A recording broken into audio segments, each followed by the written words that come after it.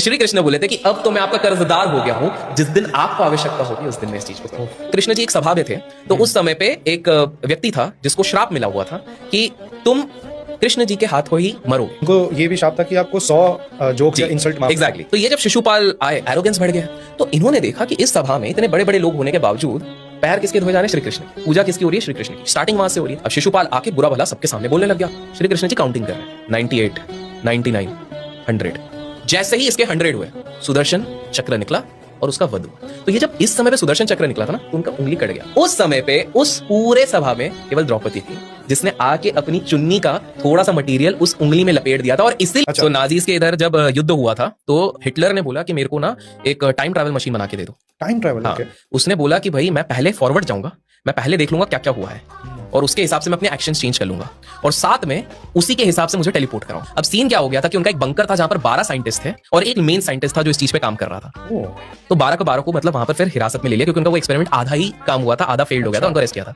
Interestingly main scientist नहीं मिला, but 2016 में यूएस में एक स्पेस से डिब्री गिरी, उसमें नाजीज का साइन था, और ये नाजीज का साइन एग्जैक्ट उसी टाइम से मैच कर रहा था, उसी मटेरियल से बना था जो उस लैब में था। तो you never know that may be that one person cracked the code, travelled and came back.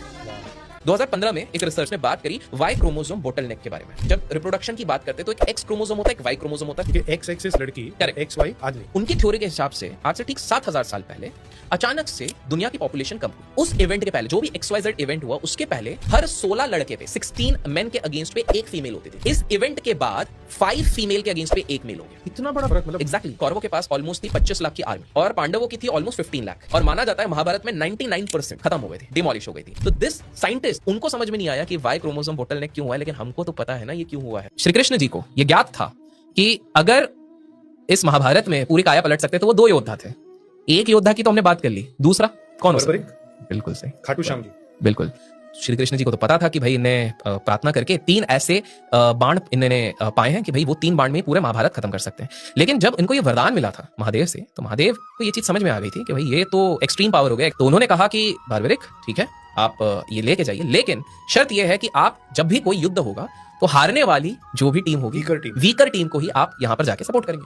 Shri Krishna ji ने कंफ्यूज कर दिया उनको बातों बातों में कि भाई देखो, पहले तो ये जीतेंगे, फिर तुम वो जीते होंगे, फिर तुम इधर आ जाओगे, ऐसे तो ये अनंत काल तक चलता रहेगा। तो श्री कृष्ण जी ने इनका सर ही मान लिया था। घाटू श्याम जी का ये वरदान कैसे मिला था? ये टुवर्ड्स द एंड मिला था। ये ऐसा हुआ था कि जब युद्ध खत्म हुआ, महाभारत के युद्ध के बाद सारे पांडव आए बड़े ईगो के साथ कि मैं सबसे बलशाली था, मैं बलशाली था, मैंने इतनों को गिराया, मैंने उतनों को गिराया। इन्होंने बारबरिक को जाके बोला, बारबरिक तुमने तो पूरा युद्ध देखा है, तुम बताओ। अर्जुन बोलता है मैं सबसे बड़ा वीर था, मैंने तो अच्छे छक्के छुड़ा दिए।